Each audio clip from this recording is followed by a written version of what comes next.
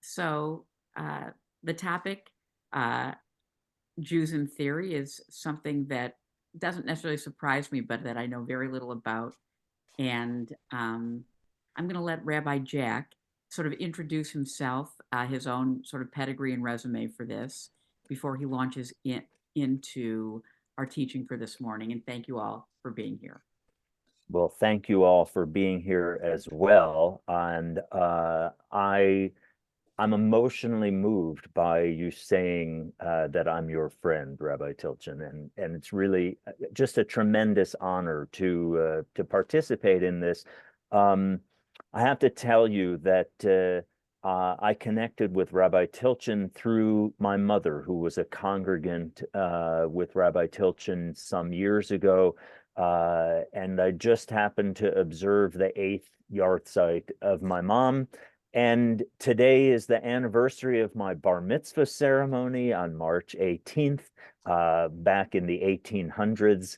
And and also this week, Parsha is my bar mitzvah portion. So this is a very moving experience for me to have the opportunity to speak with you. And my mother spoke so highly of you, Rabbi Tilchin, and really, I think she's smiling down at the fact that I have this opportunity to speak. So I was going to be a scientist from the age of 4. My parents bought me a telescope for a Hanukkah present, I think, when I was 5. And I was on this trajectory to be very focused on the physical sciences.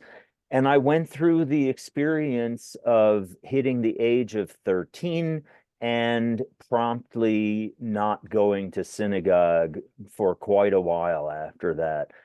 And then at the age of 25, as a graduate student in physics at the University of California in San Diego, and it looks to me like there's a University of California image in somebody's background there, but not UC San Diego, of course. Um, but I went as a graduate student to UC San Diego, and my thesis advisor said, "Why don't you go spend the summer at Los Alamos National Laboratory in New Mexico?" I'd never heard of Los Alamos, and I didn't know anything of the history of Los Alamos, but I came out to Los Alamos, where I currently live. I came out here as a 25-year-old graduate student, not knowing a single person here in town. And somehow it struck me that I could maybe go to the synagogue and meet some people. So I went to the synagogue in Los Alamos, and I immediately bonded with a bunch of very welcoming people. It's a very much a lay-led congregation. The congregation was set up uh, officially as a congregation 70 years ago. So not during the war. But the town, as you may know, Los Alamos, was created out of almost nothing. There was really almost nothing here in northern New Mexico in 1943 when the laboratory was established as the secret research and development laboratory to develop the first atomic bombs.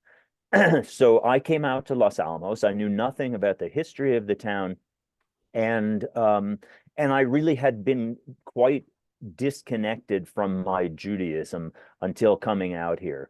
And I was blessed with a decent singing voice. And when I started coming to services, people said, "You need to keep coming," because it turns out that generally scientists have terrible singing voices. And the congregation sounded horrible. But with somebody who could lead tunes, things improved significantly. And so I started to get more and more involved in Judaism as well as continuing research out here. And the long and short of it is that I ended up staying in Los Alamos. I never actually went back to San Diego. My thesis advisor agreed on a deal where I continued my research here at Los Alamos instead of resuming studies back in San Diego. And after a few years in Los Alamos as a graduate student, I completed my PhD in physics. and I was immediately hired as a staff member at Los Alamos and have worked here basically my entire physics career. I tell people sometimes that I've had a few years off for good behavior. I went to Vienna, Austria from 1985 until 1987. I worked for a scientific organization in Vienna, Austria called the Comprehensive Test Ban Treaty Organization that tries to ensure that countries don't end up with nuclear materials that they could use to develop a bomb. And then I also had a year off in 2008 when I went back to Vienna, Austria, and worked for a different scientific organization called the Comprehensive Test Ban. I'm sorry, the International Atomic Energy Agency from 85 to 87, and then the Comprehensive Test Ban Treaty Organization in 2008. And they tried to detect any clandestine nuclear tests that might be conducted by a country somewhere in the world. So I've had a long physics career, mostly here at in Los Alamos. But then in 1995, I was ordained as a rabbi because when I realized that I knew less about Judaism than I thought I knew, I decided to get interested in it and pursued it quite seriously and was ordained in 1995. I've served only small congregations. The congregation here in Los Alamos, I've served as rabbi, though it continues to be largely lay-led. And I have a small congregation in Santa Fe, New Mexico, about 45 minutes away, and I lead that congregation every Shabbat. I've also done some itinerant rabbiing because rabbiing is not the source of my primary income. And I've had the privilege of leading high holiday services in Vienna, Austria for 1 year in 2012, for 5 years consecutively in Beijing, China from 2014 to 2018.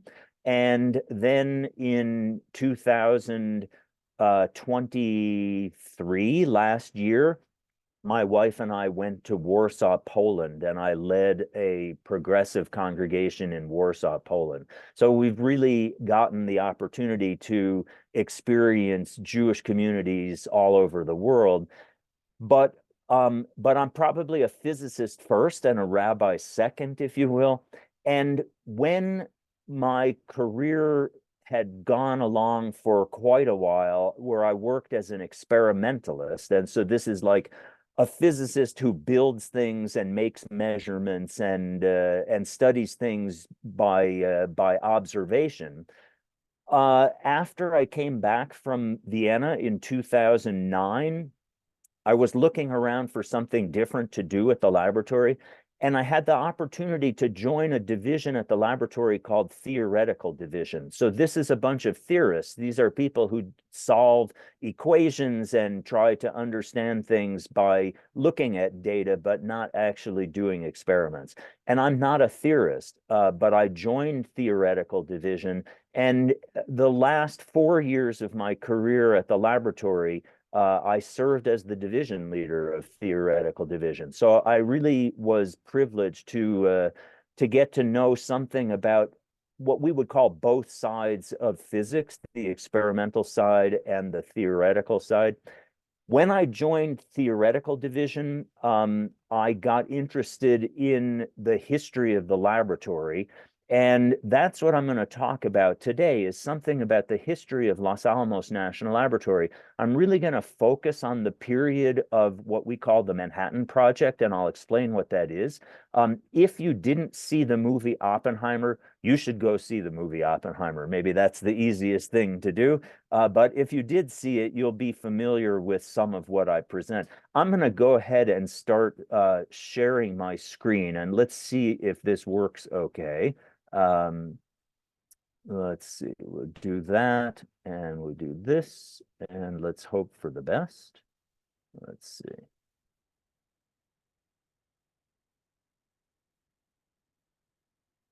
There we go. So at least on my screen, I see a cover slide, and hopefully you can see that as well. So this is actually supposed to be a pun, Jews in theory. And if this works, whoops, there we go. I cross out the Jews and I cross out the theory because it turns out that that not everybody that I'm going to talk about is Jewish by a halachic definition. Lots of people have a Jewish father or were baptized early in life as a protective measure because we're talking about people who grew up before World War II, and many grew up in Europe. And so the people that I'm talking about are largely Jewish or had strong Jewish connections. And and when I say Jews in theory, it's really intended to be a pun because almost none of these people had any Jewish practical experience, if you will. They were Jewish, but didn't really observe any of the Jewish traditions that you might be familiar with. So they're Jews in theory, both by being part of theoretical division, but also because they really weren't what we would call active practicing Jews. The first of those that I'm going to show, though, to the best of my knowledge, never actually came to Los Alamos. And let's see if I can do this correctly somewhere here. I should have, let's see. No, that's not what I wanted to do. I thought I had a way to, let's see. Can you see my cursor? You maybe, yeah, okay. So that, of course, is Albert Einstein. And this is a less familiar individual, Leo Szilard. This photograph is a reenactment. Nobody was there to photograph Leo Szilard drafting a letter for Albert Einstein's signature back in 1939. And you can see on the letterhead here, it says August 2nd, 1939. This was a letter that was sent from Albert Einstein to the President of the United States, Franklin Delano Roosevelt.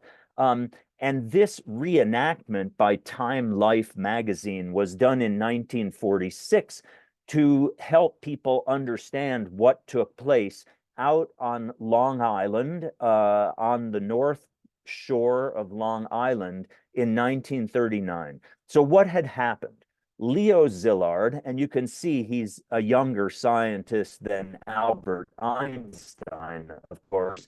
Leo Szilard had been looking at the experimental results that came out of Germany in the 1938 time period.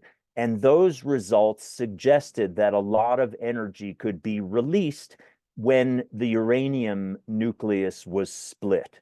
And without going into a lot of physics details, this is a process that we call fission. And you're familiar with fission because every nuclear reactor around the world that is operates by what's called fission. You take heavy nuclei and you split them and you get energy out. And Leo Szilard recognized that what had been done in Germany and was published in experimental observation in 1938, and then was explained a little bit later by Lise Meitner and Otto Hahn, that was possibly a way to construct a bomb. Leo Szilard was the one who really first recognized that this could be used to make a bomb. So he got very worried because he realized that if German scientists could develop a bomb in the hands of Nazis, this would be a horrible situation.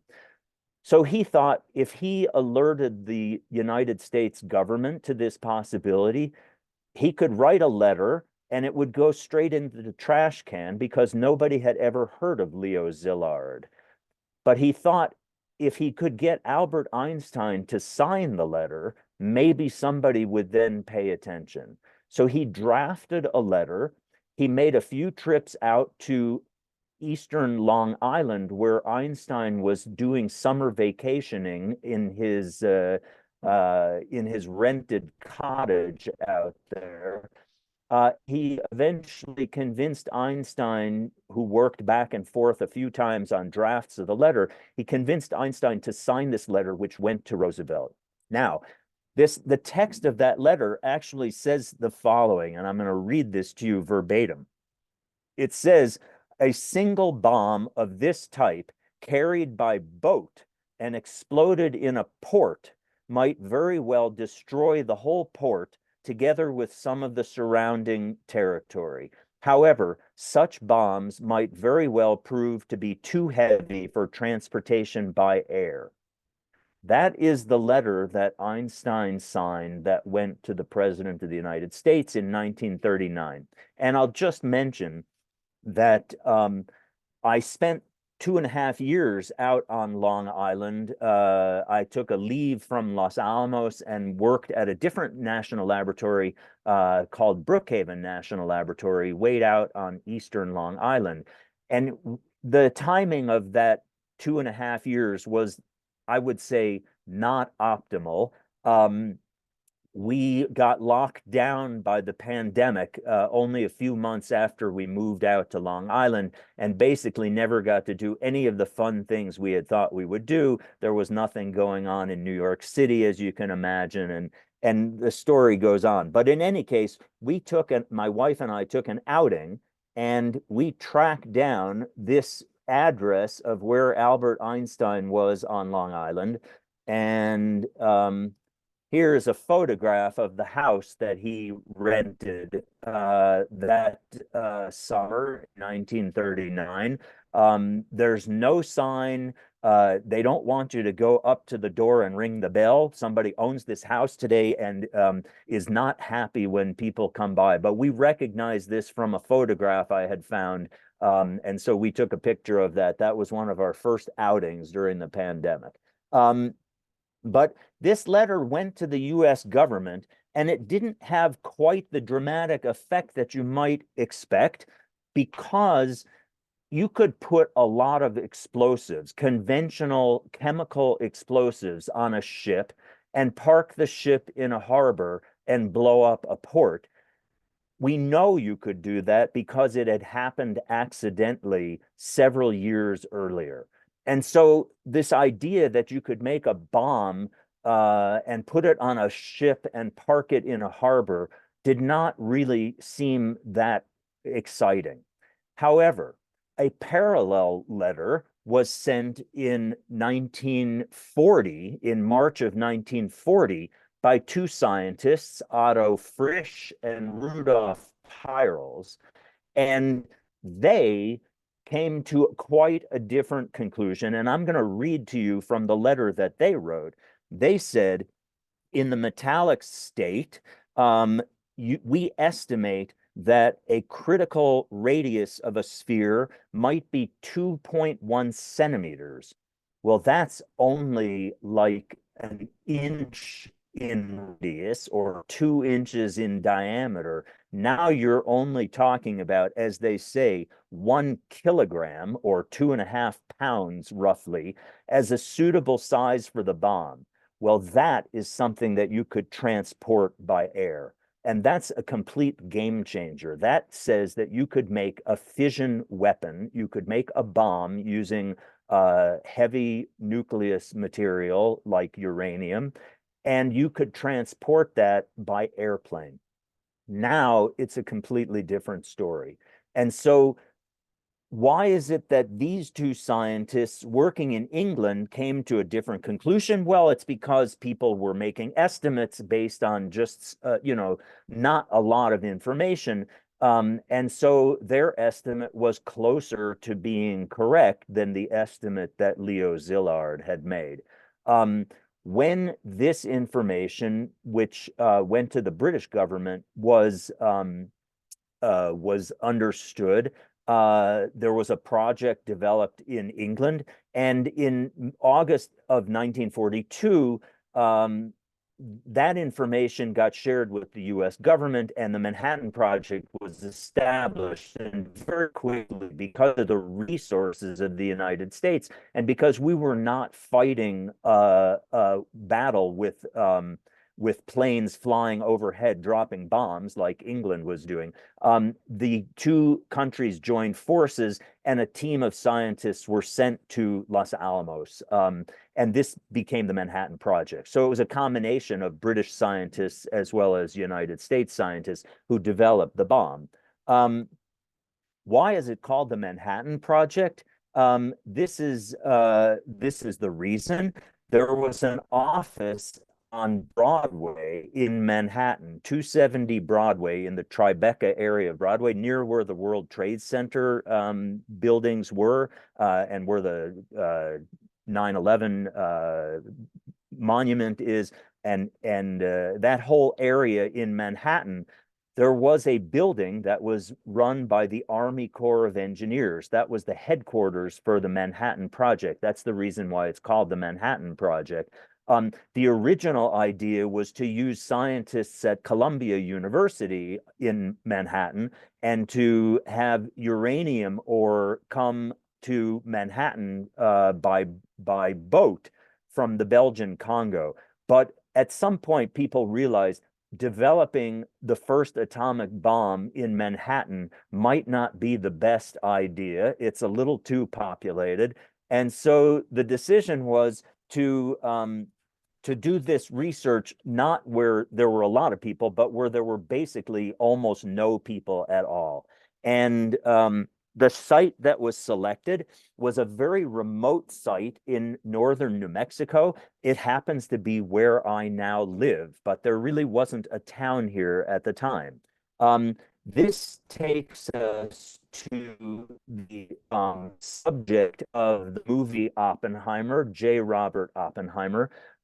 He was familiar with northern New Mexico because at the age of 18, he had been sent out to New Mexico to recuperate from something. Now, people sometimes call it colitis.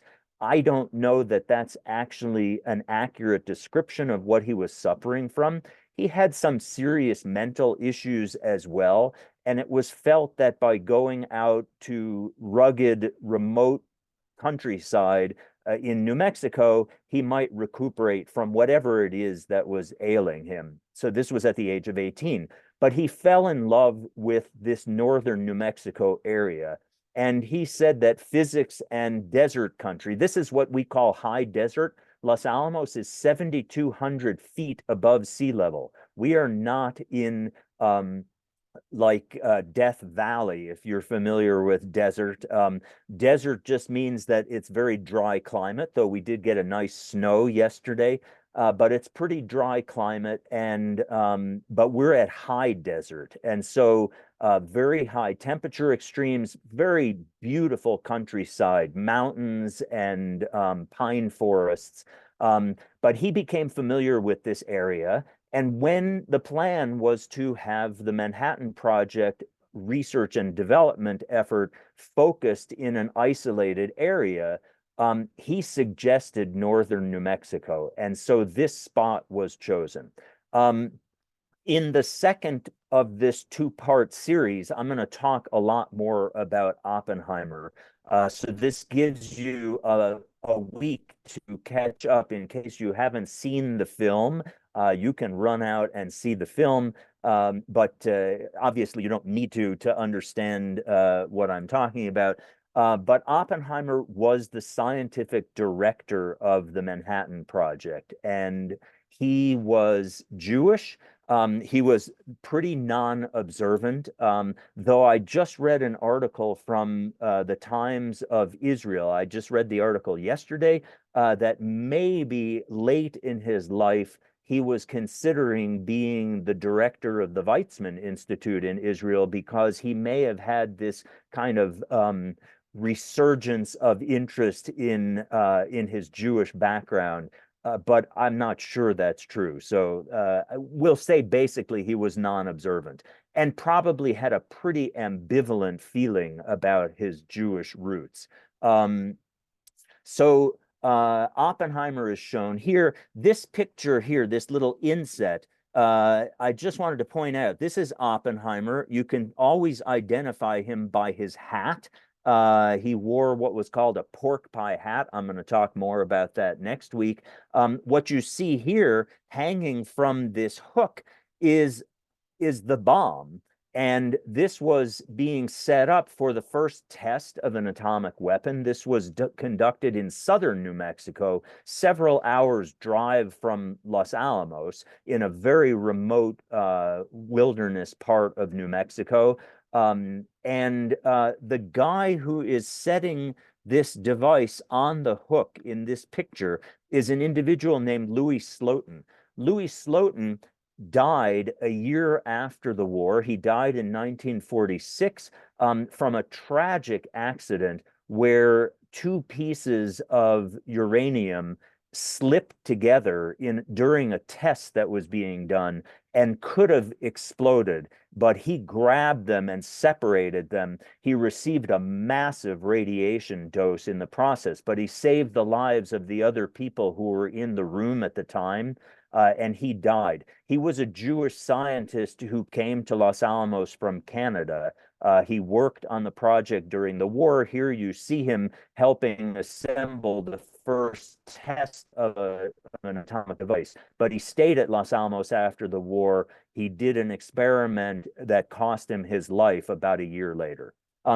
This next frame, if this works, let's just see if this is going to work. Sometimes this works, sometimes it doesn't.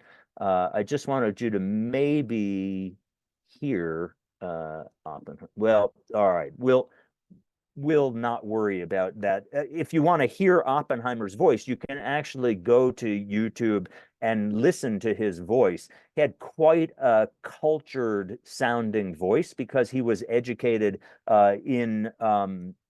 from a very wealthy family. His family was very well-to-do. They had paintings by Van Gogh in their apartment. He really grew up quite wealthy. When Oppenheimer set up the laboratory with the partnership of General Leslie Groves, the military head of the project, Oppenheimer told Groves that he thought that the bomb could be developed by 50 scientists and 50 technicians, so 100 people. And Groves thought that was a gross, low estimate, and Groves tripled that number and said, we're gonna assume that the town is going to need to have 300 people in it. And so that was the original thought. By the end of 1945, there were over 8,000 people in Los Alamos. So both Groves and Oppenheimer woefully underestimated the scale of the project. And Oppenheimer had never really led anything larger than a group of graduate students at UC Berkeley, where he was a professor. So he didn't have much experience, certainly not leading a laboratory with 8,000 people at it. By the way, today the laboratory is thriving. There are roughly 17,000 employees at Los Alamos National Laboratory. And the town is a one company town. There are about 18,000 people living in town. So about a third of the lab's population lives in town. The rest of the people have to live outside of town because there's no housing here. I mean, the town is bursting at the seams. When Oppenheimer set up the laboratory, though, he was forced to develop an organization chart. This is not something that was his specialty, but he created the concept of divisions, technical divisions. And there were 4 divisions in the laboratory when he first set up the laboratory. And one of those divisions was called theoretical division, or T for short. It is the only division that has had a continuous, uninterrupted history since 1943. Today, there is a theoretical division, and there has been one ever since the inception of the laboratory. And I had the privilege of leading theoretical division for 4 years at the end of my laboratory career. but it's one of many, many, many divisions today. At the time the laboratory was set up, there were only 4 divisions. And this is where all the theorists resided in the laboratory at the time. So when I came into theoretical division, I didn't know much about its history. But on the door of my boss was this chart, and it's this chart that stimulated my interest. This is the roster of theoretical division from May 10th, 1945.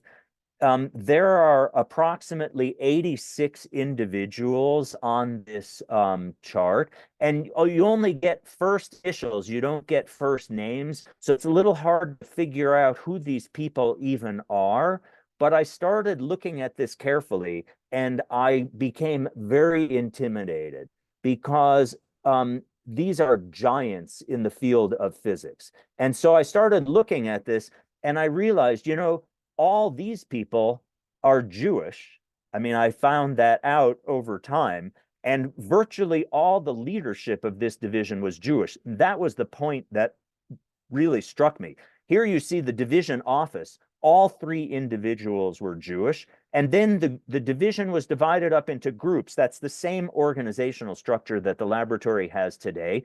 And each one of these groups, T1, T2, T3, T4, T6, T7, and T8, they're all led by Jews. Every single one of those groups was led by a Jewish person. And so I realized this is pretty incredible. I'll just also point out, I've circled here the individuals who were future Nobel Prize winners in physics.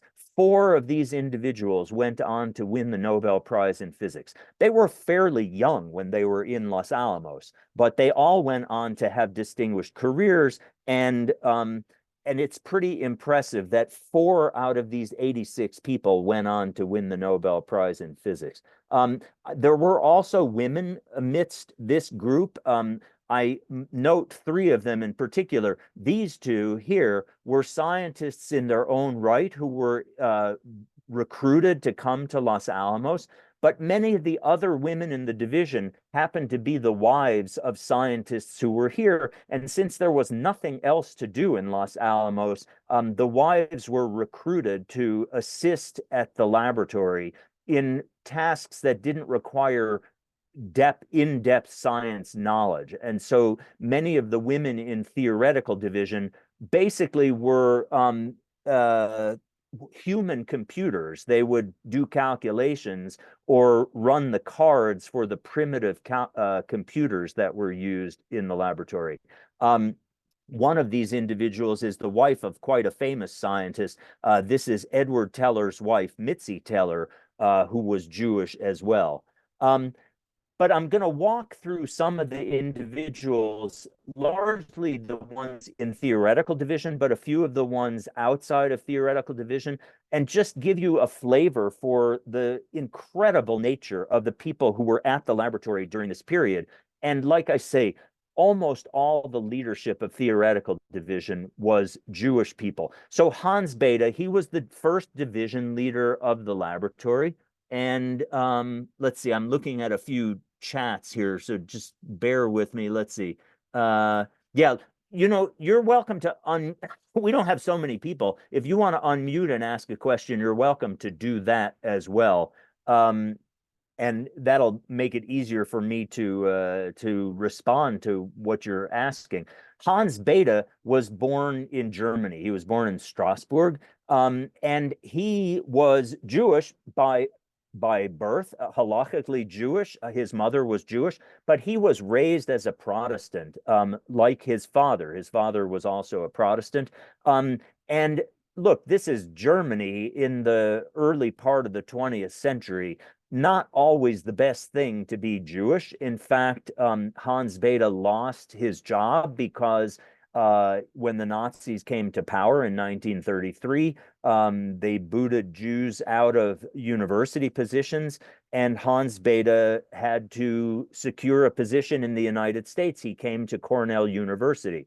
And except for coming to Los Alamos to work on the Manhattan Project from 1943 to 1945 as the leader of the theoretical division, with the exception of those 2 years, he was at Cornell for the duration of his life. He did come to Los Alamos many times after the war as a consultant, and I had the privilege of meeting Hans Bethe, and I also had the privilege of speaking at the memorial service that was held for him in Los Alamos. It was attended by Hans Bethe's wife. And it was really quite an amazing experience to, to have that connection to this Manhattan Project era. He didn't win the Nobel Prize until 1967. You can see that, in the 1940s, he was only in his 30s. He wasn't even 40 years old at the end of the war, but he was the head of theoretical division. He was recognized as a scientific expert, and he could have been the head of the Manhattan Project. But what stood in his way is that he grew up in Germany, and General Groves did not want to have a foreign-born, Axis country-born scientist as the scientific head of the project. Hans Bethe was a very gentle soul. He had a wonderful sense of humor. He actually published a paper that was a hoax.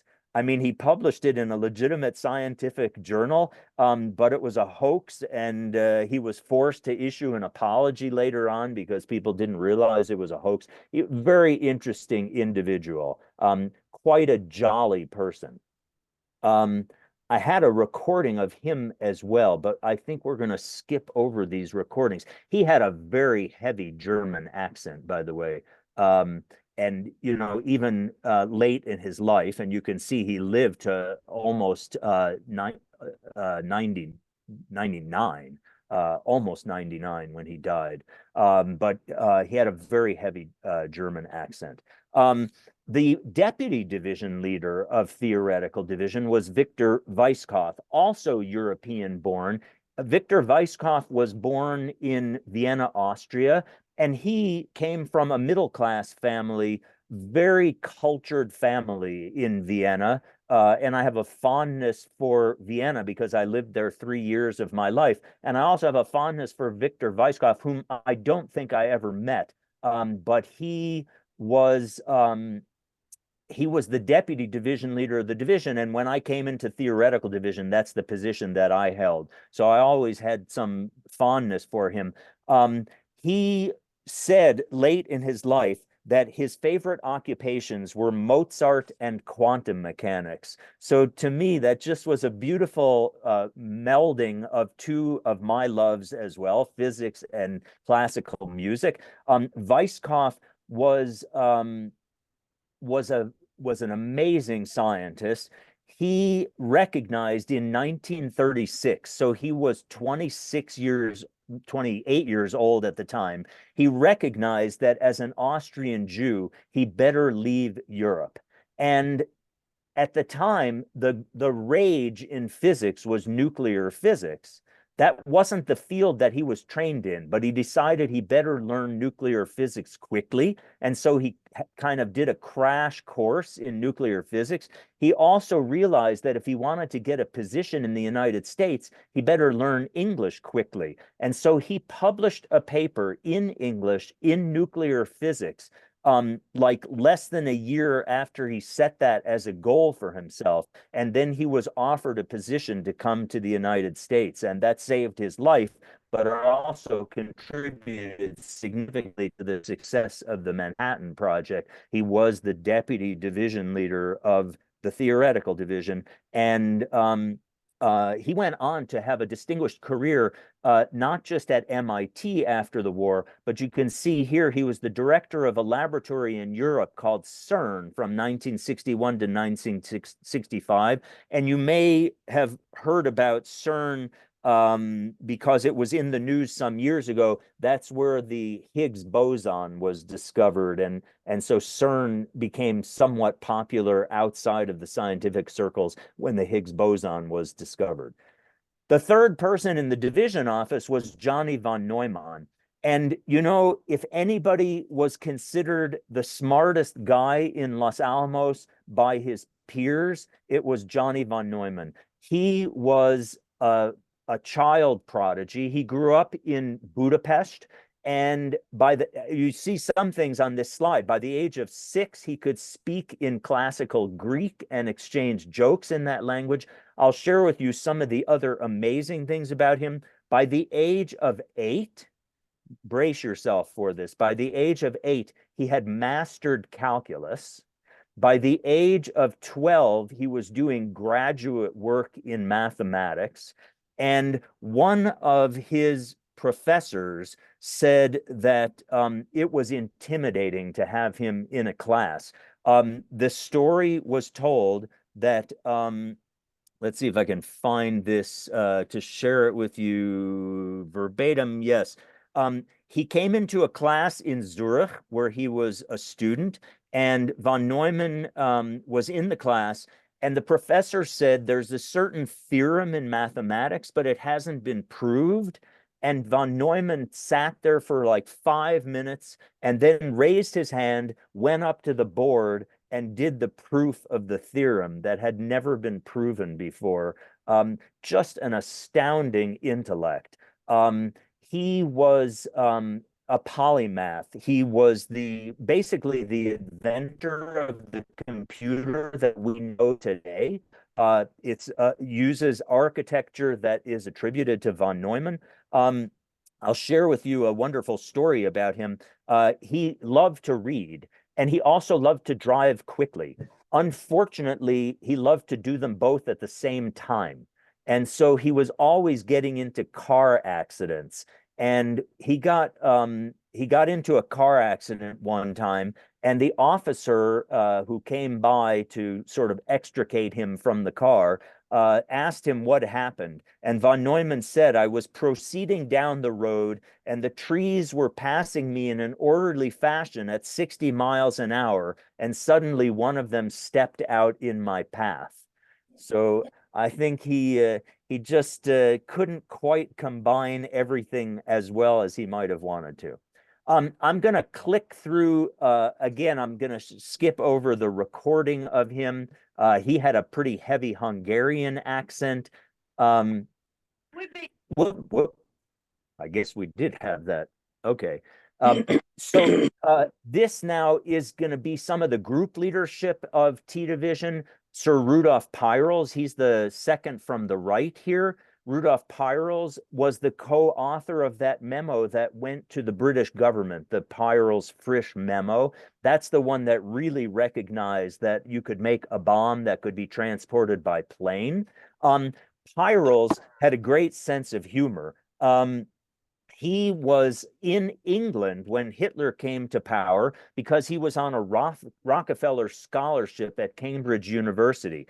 And the Rockefeller Foundation required that as a result of having this scholarship, he had to inform them of the results of his work. That was one of the requirements for this scholarship. And so when his daughter was born, he sent a copy of the birth announcement to the Rockefeller Foundation, and he said, here are the results of my work. They were apparently not very amused by that. Peierls came to Los Alamos as part of what was called the British Mission. This was the British scientists who were sent to Los Alamos to collaborate on the project. And he and Otto Frisch, they're the two people in the middle of this picture. Peierls, the second from the right, and Frisch, the second from the left. Frisch and Peierls are the ones who wrote that memo. And why did they start looking into the possibility of an atomic bomb? It's because they were in Britain and they were excluded from working on the most important scientific project of the war, which was radar, the development of radar. And because they were both from Axis countries, they were not allowed to work on radar. And so they had time to noodle around and think about atomic bombs. And they realized that you could build something that could be transported by plane. So that's the reason they ended up in that situation. again, many of these individuals in theoretical division were Jewish. Some surprised me. Robert Christie. Now, who would think that somebody with a name Robert Christie would be worth looking into as a potential Jew? But he actually was born Robert F. Cohen. I found this out, just stumbled on it. I just was looking systematically at the leadership of theoretical division. I thought, Robert Christie, this is kind of a waste of time, but I'll look into this. And lo and behold, the section leader of theoretical group 1 was Robert F. Cohen at birth. His family changed their name to Christie. I guess they couldn't come up with anything more Goyish sounding than Christie. I have to say, though, that I knew Robert Christie. He was the provost at Caltech when I was an undergraduate there, and he's the reason that I can read. Not exactly, but he was the one who instituted a requirement for undergraduates that 25% of their classes be in the humanities, even though Caltech was a very math and science focused institution. In order for us to graduate, 25% of our classes had to be in the humanities, and that was a direct result of Robert Christie's being the vice president and provost of Caltech when I was there. He's also the one who forced the institution to admit women, which was to my great benefit, because the year before I went to Caltech was the first year that women were admitted as students. It had been an all-male institution before that.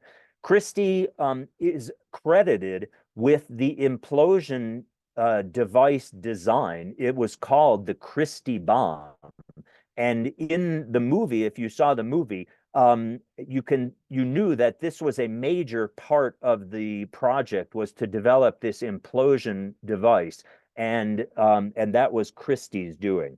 Robert Serber, the group leader of T2, Robert Serber was Oppenheimer's right-hand man. He got his PhD in 1934. He went on to work with Oppenheimer at Berkeley, but he couldn't get hired at Berkeley because he was Jewish. And I guess having Oppenheimer was enough. They didn't need more Jews there. And so Oppenheimer helped Serber get a position at the University of Illinois, because at Berkeley, the statement from the chair of the physics department was, and I quote, "One Jew on the faculty is enough."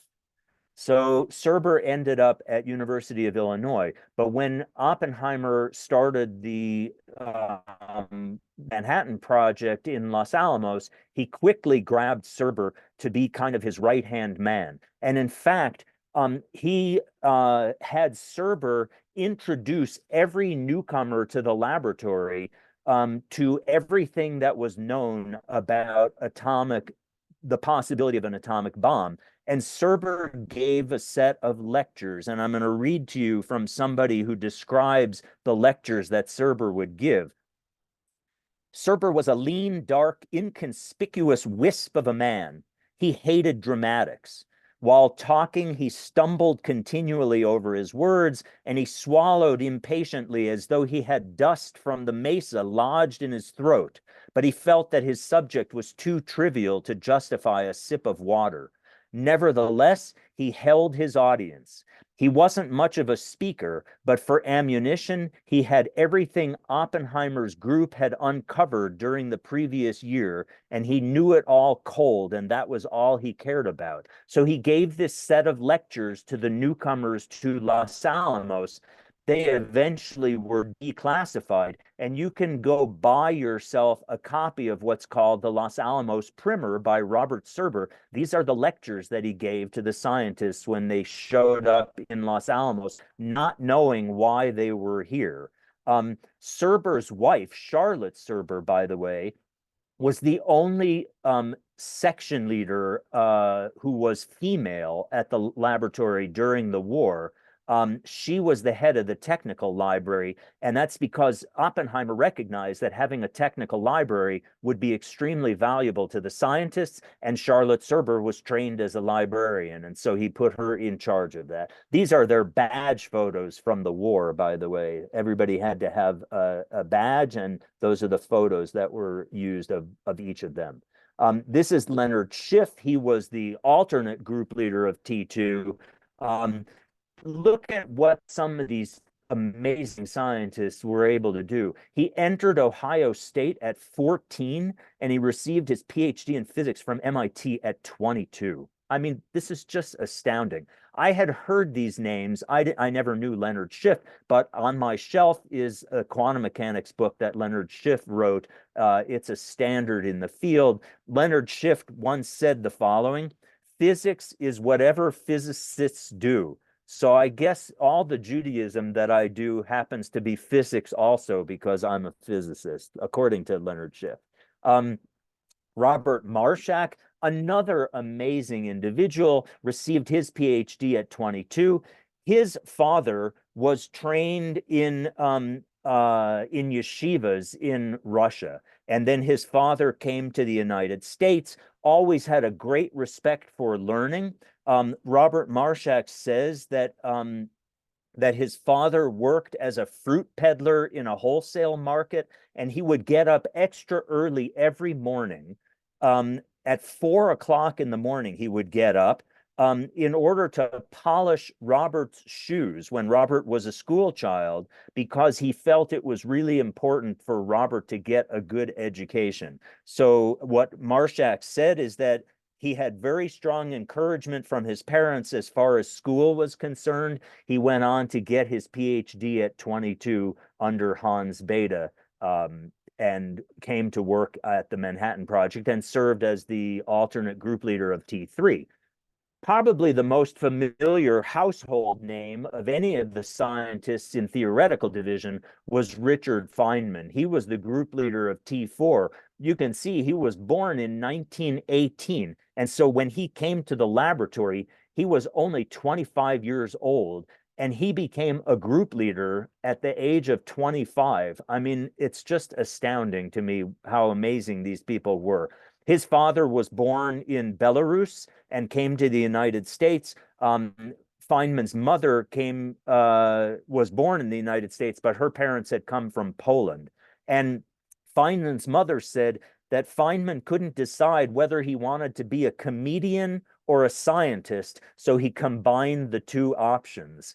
I think that's really amazing. I had the privilege of taking a one-year course from Feynman at Caltech. It was probably the most wonderful class one could imagine taking, but it was incredibly hard. I have to say, Feynman was he didn't think the way normal people think, and so you just couldn't always follow what he was saying. He went on to win the Nobel Prize in Physics in 1965, and I'll share with you an anecdote about him, because he really is worth a talk in and of itself. So Feynman's wife also came to New Mexico. She was dying of tuberculosis during the war. And Oppenheimer really cared about the scientists. He cared personally about them. And so he arranged for Feynman's wife to be treated in Albuquerque, New Mexico, at the Lovelace Clinic. And Feynman would take trips from Los Alamos down to Albuquerque on occasion to visit his wife. But when Feynman came to Los Alamos, he was by himself because his wife was in Albuquerque. And this is from his memoirs. Feynman says, "They told me there would be two people in a room in Los Alamos. Every two rooms would share a bathroom, and there would be double-decker bunks in each room. But I didn't want another person in the room with me. So the night I got there, nobody else was in my room, and I wanted to keep the room to myself. And so I had some of my wife's belongings with me. I took out one of her nightgowns and put it on one of the beds. I took some of her slippers and put them on the floor. I sprayed some talcum powder around on the floor in the bathroom, and I made it look like there was a woman in the room. The next day, he went to work and the maid came in to clean the room up. He came back to his room. The nightgown was neatly folded. The pillow was made up. The bed was fixed up. The powder was cleaned up. And nobody was assigned to the room. And he did the same thing the second day, and he did the same thing the third day. And by the fourth day, everybody had settled into their rooms, and he had the room to himself. That's from his memoirs. Feynman is worth listening to as well. Maybe we'll try to do the audio. Let's see if we can get this. I think, yeah.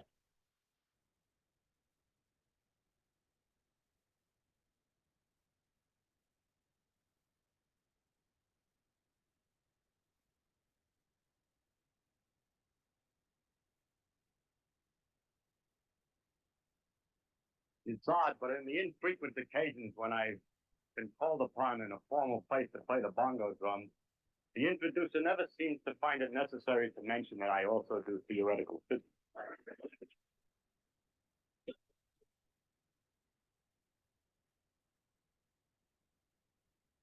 Anyway, you can hear that heavy New York accent. He was quite a character. He's probably most famous to people for having been on the Challenger explosion investigation team and revealing to the public that it was the cold temperature that caused the O-ring to lose its resiliency and led to the explosion of the Challenger. In the interest of time, I'm going to skip through fairly quickly to some other individuals. Suffice it to say, these are other leaders of theoretical division who were also Jewish and who also had significant contributions to the project. I'll talk briefly about George Plotchek. Plotchek was the group leader of T8. He was the first physicist.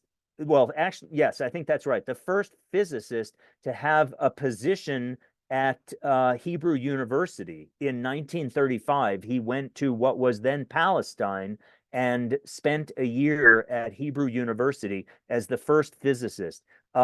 It wasn't a real success, I will mention. The reason that Hebrew University invited him to be the first physicist is because he was a theoretician, and they thought, well, that'll be a lot cheaper than having an experimentalist. We won't need a laboratory, and we won't need to pay for any laboratory equipment. All he'll need is a chalkboard and some chalk. But when he started requisitioning all sorts of materials so that somebody could do some experiments, they realized this is not going to work out so well. And so they parted ways after about a year. Plotchek was quite a character. He and Victor Weisskopf traveled to the Soviet Union before the war.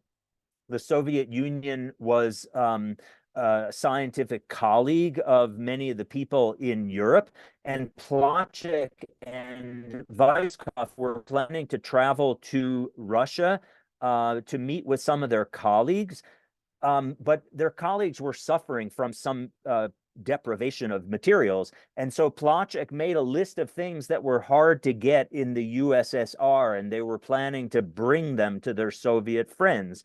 And among many other items, Plotchek decided to include a large quantity of condoms.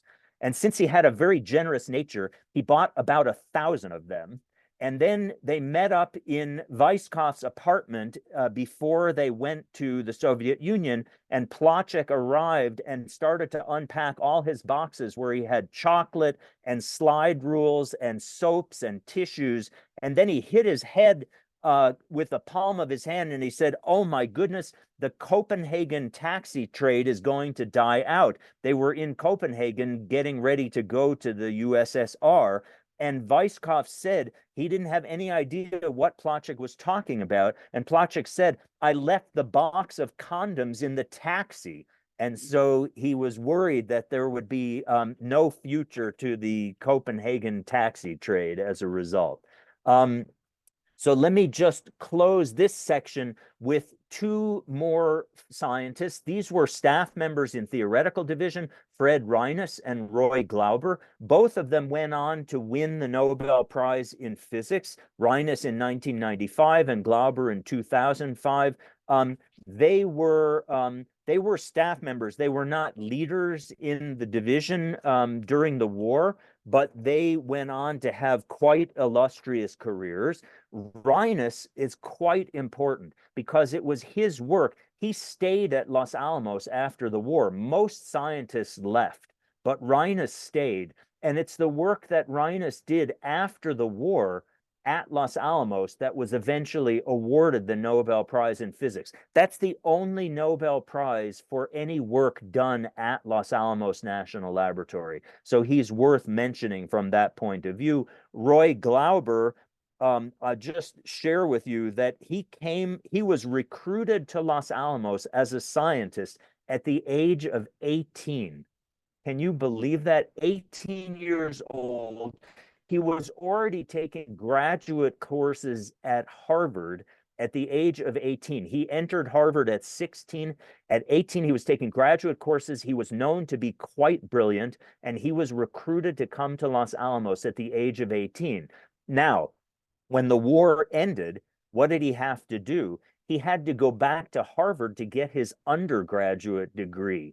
And what Glauber said in his Nobel Prize speech in 2005 is that when he went back to Harvard, it was quite difficult for him to graduate because at Los Alamos, he was used to having all those women that I mentioned early on do the calculations after he set up a problem.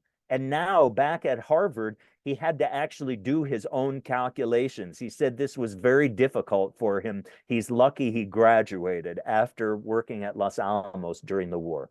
The other people that I'm going to mention are experimentalists, and I'll probably just talk about one or two, and then we'll call that good, and you can open up for questions. This is something to show you what the experimental laboratory conditions were like. This was a cabin that was requisitioned somewhat distant from the rest of the laboratory, some miles away from where the main laboratory was, because you didn't want to do explosive experiments right next to where people were. And so there was this cabin that got taken over, and that was used, and it's still there today, by the way. That cabin was preserved as a historic site. Felix Bloch, a Jewish scientist who came to the laboratory only for a few months. He decided he didn't like working at Los Alamos, and he went back to work on radar, but he went on to win the Nobel Prize in physics. Emilio Segre was very influential at the laboratory during the war, and he went on to win the Nobel Prize in physics in 1959. It's his experiments that concluded that the implosion system was needed because it was discovered that you wouldn't be able to use uranium or plutonium the way that you could use uranium. And I don't want to go into the technical details about that, but his experiments were critical for the success of the bomb that was tested at the Trinity site in southern New Mexico and the bomb that was subsequently dropped at Nagasaki. These are two scientists doing, you can see the primitive conditions here. And by the way, you can see we do get snow in Los Alamos. But I tracked this famous photo down about these two scientists and found out that both of these individuals were Jewish. This guy was quite a famous scientist from Brookhaven National Laboratory. When I went out there, somebody told me, oh, you know, that guy was at Brookhaven for most of his career. And this woman was also a Jewish scientist. And let's see, who do I want to talk about? Frisch, you've heard a little bit about Frisch. Edward Teller plays a role in the movie, but he is his name is considered mud in Los Alamos because he had some significant effect on the testimony in Oppenheimer's security clearance hearing. And so since Oppenheimer is so revered in Los Alamos, Teller, by contrast, is not revered, shall we say. And I'm going to close with maybe two more individuals. This is Rabbi here on the right. Rabbi is a character in the Oppenheimer movie. He's my favorite character, by the way. This is, I think his name is David Krumholtz, is the actor who played the part of Rabbi. And he's a very sympathetic character in the movie, very sympathetic character in general from what I know about him. And he really was influential on physics training in the United States. At the time of World War II, and before that, if you wanted to become a physicist of any renown, you had to go to Europe to study physics because that's where really all the advances were being made. After the war, Rabbi set up kind of a very elaborate, sophisticated training program for physicists in this country. And that's where people then got trained, was in the United States. And it was really largely due to Rabbi. Rabbi is the reason that Oppenheimer was not successful in having all the scientists be military individuals during the war. Rabbi said, you'll never recruit people to come as scientists if you tell them that they have to report to military leaders. And the last person I want to talk about is Sir Joseph Rotblat. He came as part of the British mission, again, those British scientists who came to Los Alamos. And he went on to win the Nobel Prize in 1995, but not in physics. He won the Nobel Prize for peace.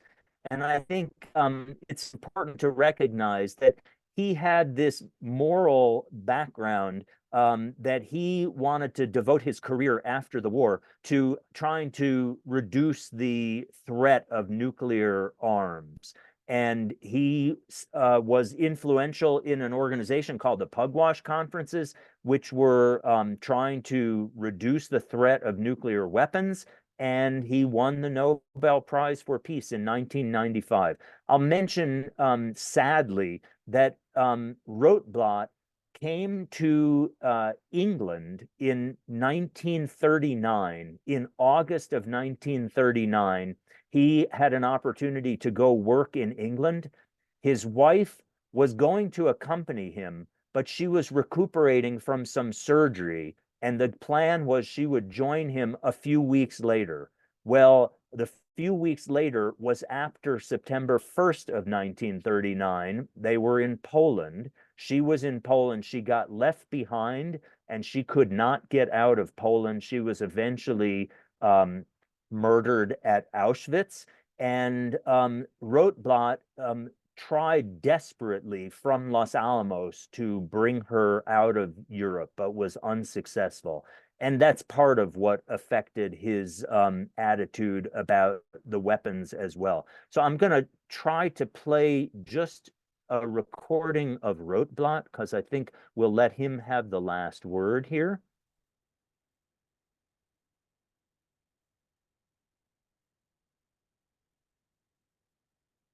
Even if we destroy all the weapons or warheads, the knowledge of how to make them cannot be erased. We cannot disinvent nuclear weapons. And therefore, this, which I keep saying, is abolition of nuclear weapons is the first step to a safer world. The ultimate step is abolition of war. This is something which we called for in the manifesto, and which becomes more and more important as we go along. And this, of course, seems to people like a fanciful idea. I mean, what war always existed. This was just the argument. Men always went to war. And I say this is not true. I mean, it's true that it existed before. It doesn't mean that we should therefore extrapolate this should be the same in the future, because the world keeps changing. So this is just some acknowledgments and references, and I'm going to stop sharing my screen. I can always make these materials available to people who are interested, but I'm going to stop sharing my screen and give you the opportunity to ask questions. And just so you know, if you're planning to come next week, I'm going to focus on two individuals next week, namely Oppenheimer, the director of the Manhattan Project, scientific director of the Manhattan Project, and Louis Strauss, who was not at Los Alamos during the Manhattan Project era, but played a significant role in Oppenheimer's downfall, actually. So thank you very much.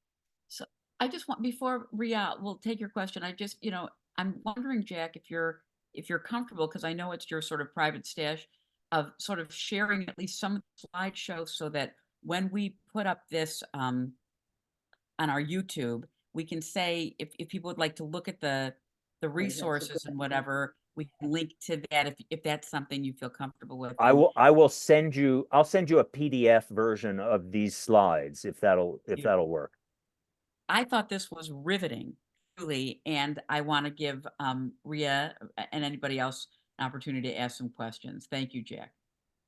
Yeah. So I want to say thank you so much. It is so exciting. My brother worked there.